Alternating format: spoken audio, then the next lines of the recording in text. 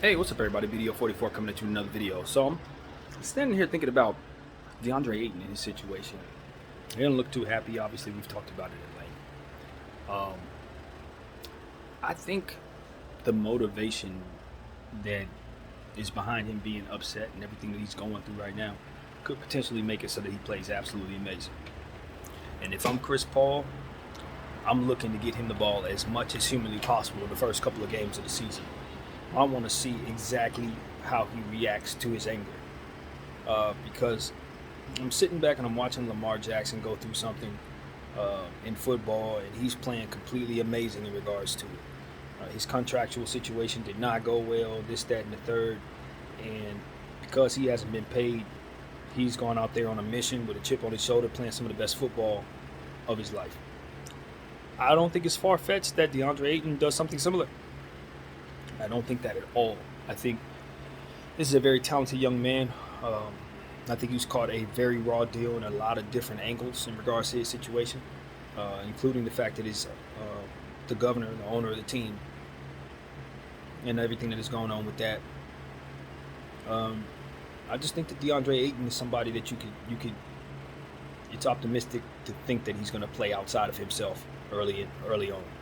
This is somebody I've called the best conditioned center in the NBA. Of course, I don't consider Giannis a center, and even though everybody else does, I would say it would be him. But in terms of regular, traditional big man, this is the best conditioned one in my mind.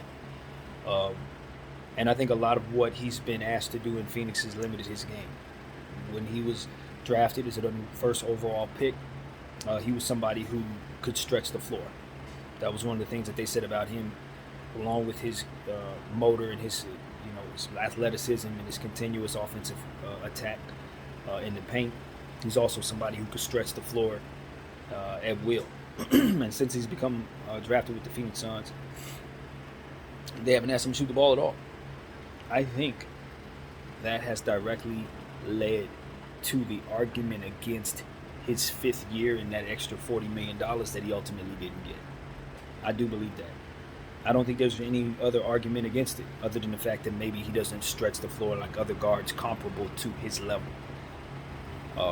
Or the fact that he doesn't shoot the ball despite being someone who was said to have had that skill. I think they used it against him. And I think it's directly why he didn't get his money. And I think he has a gripe about that because I think he could have shot the ball all along.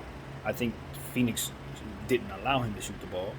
And I think that that's something that's very unfortunate. I watched Draymond Green have that kind of in his arsenal. He wasn't a great shooter to start, but at least he could hit the shot to a degree. He lost the shot over the years because he was asked not to shoot it, and so on and so forth. And I just think with a guy like DeAndre Ayton, when you have already been to the finals, the team has progressively gotten better every year with your presence on the floor. You've been as durable as he has, even though he did have that suspension situation, which I'm sure was working against him as well in his negotiations. But ultimately, you consider the fact that this is a young player who has already an all-star under his belt and an NBA Finals appearance under his belt. There should have been very little reason why he didn't get his fifth year. When you look at some of the other players around the league who have not accomplished what he has accomplished, get theirs. So you look at that decision being made by someone who's disgraced and then see them dip out, basically, more or less be kicked out the league. And now he's left here without that $40 million in that fifth year. I think he has a legitimate gripe.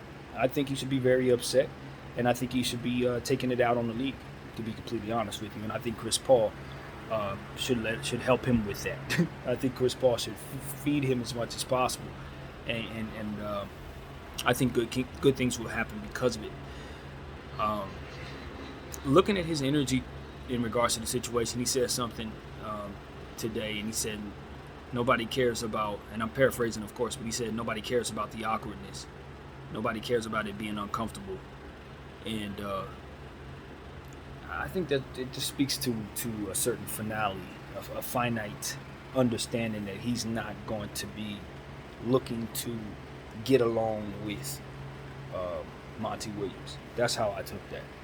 Now I could be reading into that the wrong way. but the vibes that I'm getting is just that whatever is going on there is something that he's not really open to making to basically making right. I guess that's my vibes. I just don't think he really wants to be in that situation right now, but he's gonna do it. You know what I mean? And that's just what it's gonna be. He's gonna be professional. He signed his contract, etc. I do believe that this is gonna be it's gonna be negative around there if they don't start winning.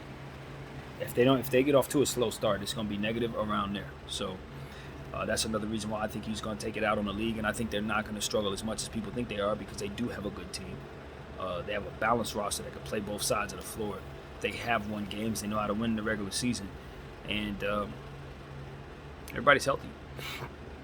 In the midst of all of this, you look at Devin Booker, it's 100%. Chris Paul, 100%. Ayton, 100%.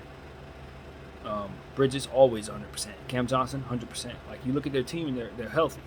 So even though they got this distraction, at the end of the day, they've already been through wars together. They know one another.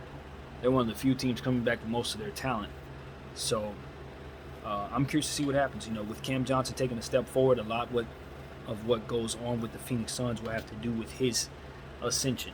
Obviously, you know he's going to play some defense, get in the passing lanes, but can he be consistent on the offensive end? Can he be that threat, that 20-point scorer that they need him to be every night? And so, you know, they're moving Crowder out the way. He should be able to get that role, and I think he's poised to do good things with it. So, you know, I'm optimistic that the Phoenix Suns have enough on the floor to give themselves a solid season. I don't think they'll be as good as they were last year, but I think Ayton could be a serious monster this season if he channels that anger into the right way. You know, if he points it in the right direction and takes it out on the rim, this could be his best season.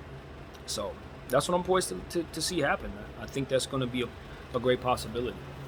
So that's what I got, man. My name is BDF44. I thank you all for watching. I'm out.